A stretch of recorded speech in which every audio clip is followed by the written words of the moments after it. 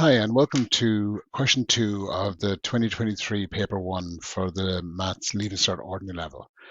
So as always, if you want a copy of the notes I'm working off, just send an email to shanetroy@gmail.com and like and subscribe to get access to more playlists. So this question here is on complex numbers, and part A has two subparts and they're worth 10 marks together. Okay, so the complex number Z1 is shown on the R-Gann diagram. So we see here the real axis and the imaginary axis, and the point Z1 has the coordinates 3 on the real minus 3i on the imaginary. So then it says, in part 1, plot and label Z1, which is the complex conjugate of Z1. So the conjugate is the symmetry in the real axis. So if you move directly on to the real axis and on the same distance again, this would be Z1 bar. Okay, make sure the mark holds. And then part below says Z2 and Z3 are two other complex numbers. Z2 is 5 plus I, and Z3 is 6 minus 2i. So 5 plus I, 5 on the real axis, plus I is up here. That's Z2. And then Z3 is 6 on the real axis, and minus 2i, so down here. And that's Z3. Now the question says plot and label Z2 and Z3 on the above diagram. Now I probably should have said this with Z1, and I probably should have shown some workings, but Z1 is 3 minus 3i. The conjugate of a complex number is and simply just a matter of changing the sign on the imaginary number. Apologies for the mark there. So that's it. It's good, easy 10 marks from one perspective. Okay, now you need to be able to find the complex conjugate, but also to plot points on the R-Gann diagram. Okay, so then we move on to part B. Okay, so part A, part 3 says write 4 Z2. Now that means 4 times Z2. Take away 5 times Z3.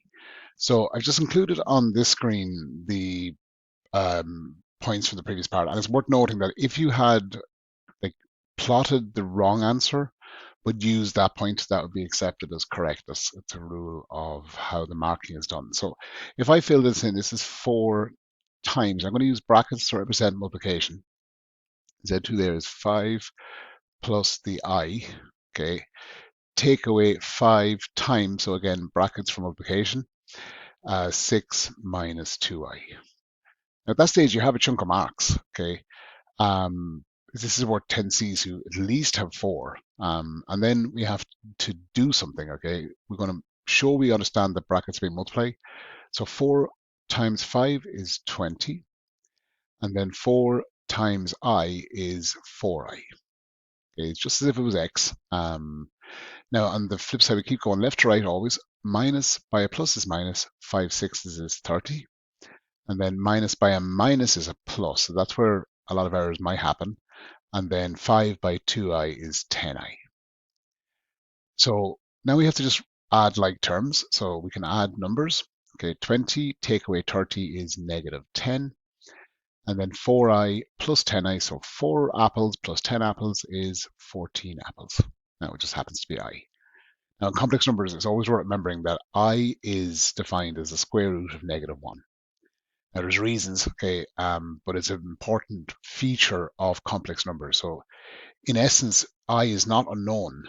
It's just easier to carry the I than it is to write the square root of negative 1. Now below in part 4, now part 4 is worth 5 marks. These little bars mean find the modulus of, or in essence, find the distance of. So if we're finding the modulus of Z3, I'm going to fill that in with what Z3 is. Now to find the modulus, in essence, if I was to draw this, I was drawing the previous page, but 6 minus 2i might be somewhere around there. You're trying to find this distance from the complex number to the origin. Now, in essence, I've created here is actually a right angle triangle, even though my drawing is very bad. That's 2 units This is 6 units. And you could use Pythagoras, which in essence is what the modulus formula is. It's a variation of Pythagoras. Okay, so Pythagoras would be c squared is equal to a squared plus b squared. Now, to get rid of this square in the modulus, they just square root it. If you do it to one side, you have to do it to both sides. So you end up with c is equal to the square root of a squared plus b squared. Apologies for my writing. So this is the value of c here, which is the hypotenuse of that right angle triangle. Now the a value is the 6 here. The b value is the -2. Okay, we can always write a complex number in the form of a plus bi. So even though I'm using it up here, this is the a plus bi. So the a is 6, the b is -2. Now if I substitute those numbers into the formula, I end up with a squared is 6 squared. I could put it in brackets, but it doesn't really matter. But the negative number here, I should put in brackets, and that goes in instead the b value. I can put that through my calculator, and I should get 36 plus 4 is equal to the square root of 40.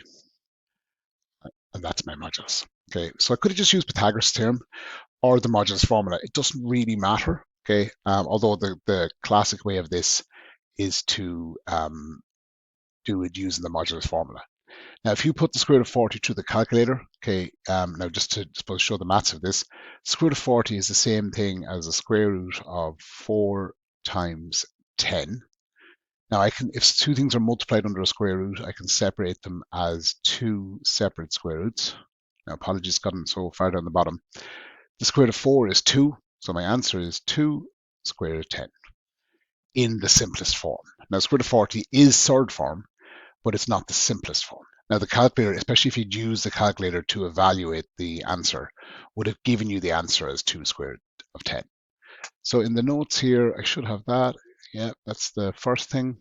And then the modulus here. Okay, so that's fine.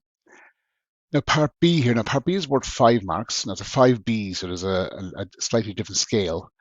It's in the complex number Z4, Z5, Z6, Z7 are shown on the Argand diagram below, and there's no scaling given. Okay, is this in tick one box to indicate which of Z4, Z5, Z6, or Z7 has the largest modulus. So this modulus is the distance from the origin. Okay, so this is the origin. So which point is furthest away, and give a reason. Okay, now I find these kind of questions kind of awkward. It is Z5, you can see it. Okay, I just helped with an illustration there.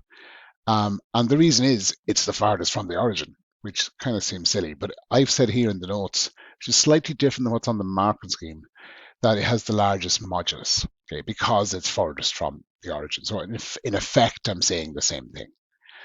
Easy marks in a way, but definitely make the attempt at it. Okay, and it's very obvious that Z5 is the furthest from it, but that reason can be an awkward one. Just try your best. Put something down. Don't leave it blank. Sometimes you can be unintentionally correct, or if you obviously know the answer, you know the answer. So this was question 2 of the 2023 paper 1 for the Leaving Cert order level. Email shanetroy@gmail.com for a copy of these notes, and like and subscribe to get access to more playlists. Thanks, and see you on question 3.